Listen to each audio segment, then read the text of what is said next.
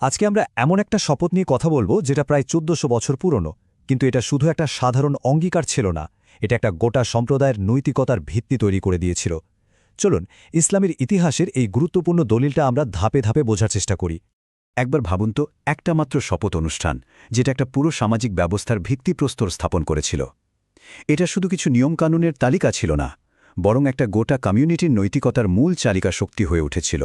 এখন আমরা যেই টেক্সটটা নিয়ে কথা বলছি সেটা হলো একটা হাদিস। হাদিস জিনিসটা কি?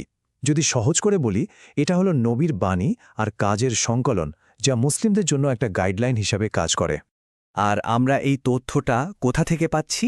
এটা আসছে অন্যতম নির্ভরযোগ্য হাদিস গ্রন্থ সহিহ আল বুখারীর ১৮ নম্বর হাদিস থেকে। সুতরাং এর নির্ভরযোগ্যতা নিয়ে কোনো প্রশ্নই ওঠে না। তো চলুন এবার সরাসরি মূল ঘটনায় যাওয়া যাক।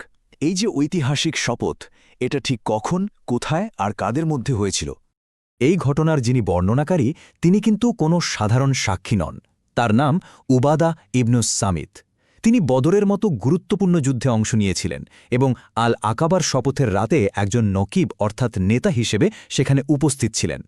তার উপস্থিতি ঘটনাটার গুরুত্ব অনেক খামি বাড়িয়ে দেয়। আর ঠিক এখান থেকেই সেই ঐতিহাসিক মুহূর্তটা শুরু হচ্ছে। আল্লাহর রাসূল তার সঙ্গীদের এক জায়গায় করলেন আর একটা শপথ নেওয়ার জন্য আহ্বান জানালেন।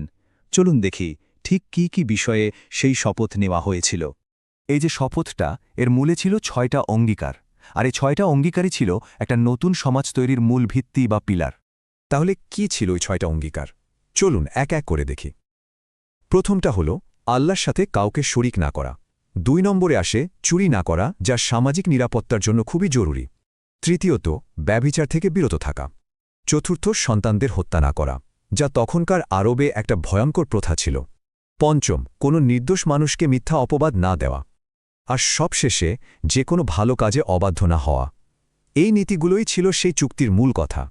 আচ্ছা, নিয়ম তো বানানো হলো, কিন্তু কেউ যদি এই নিয়মগুলো মানে বা না মানে তাহলে কি হবে? সেটাও কিন্তু খুব পরিষ্কার করে বলা ছিল।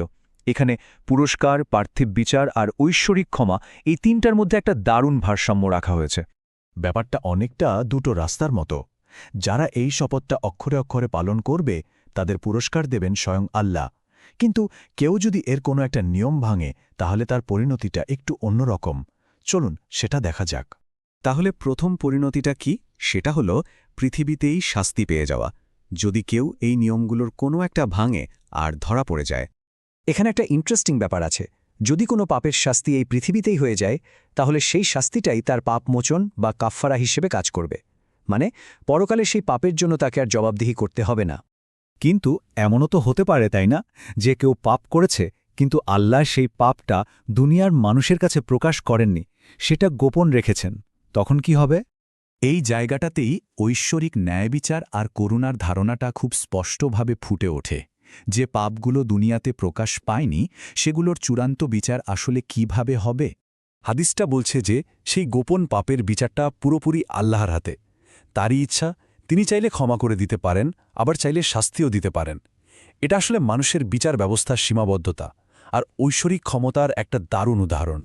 এই যে আমরা এতক্ষণ ধরে যা যা আলোচনা করলাম তার প্রমাণ কিন্তু এই স্লাইডেই রয়েছে। এখানে মূল টেক্সটটা ইংরেজি আর বাংলা দুটো অনুবাদেই দেখতে পাওয়া যাচ্ছে। সেই ৬টা অঙ্গীকার আর সেগুলোর পরিণতির কথা এখানে স্পষ্ট করে লেখা আছে। ফলে আমরা যা বলছি তা সরাসরি উৎস থেকেই যাচাই করে নেওয়া সম্ভব। আর একদম শেষে বর্ণনাকারী উবাদা ইবনু সামিত নিজেই কথাটা শেষ করছেন এই বলে যে আমরা এর ওপর বাইয়াত গ্রহণ করলাম। অর্থাৎ তারা সবাই মিলেই এই শর্তগুলোর ওপর আনুগত্যের শপথ নিয়েছিলেন। এভাবেই ঐতিহাসিক মুহূর্তটা সম্পন্ন হয়। তাহলে পুরো আলোচনাটা থেকে আমরা কি কি বিষয় পেলাম? প্রথমত, এটা ছিল একটা সমাজের মূল নৈতিক ভিত্তি। দ্বিতীয়ত, বড় বড় পাপ কাজগুলোর বিরুদ্ধে এখানে স্পষ্ট নিষেধাজ্ঞা ছিল। তৃতীয়ত, এটা এমন একটা বিচার ব্যবস্থা দেখায় যেখানে পার্থিব শাস্তির সাথে ঐশ্বরিক ক্ষমার একটা দারুণ ভারসাম্য আছে। আর সবশেষে ইহকাল ও পরকাল দুই জগতেই যে জবাবদিহি করতে হবে সেই ধারণাটা প্রতিষ্ঠা করে। ১৪০০ বছর আগের এই চুক্তিটা আমাদেরকে আজকের দিনেও একটা খুব জরুরি প্রশ্নের সামনে দাঁড় করিয়ে দেয়। যে কোনো সমাজের ভিত্তি হিসেবে যে নৈতিক অঙ্গীকারগুলো থাকে, সেগুলো আসলে কিভাবে সেই সমাজকে গড়ে তোলে আর তার ভবিষ্যৎ পথ ঠিক করে দেয়। এটা কিন্তু ভাবার মতো একটা বিষয়।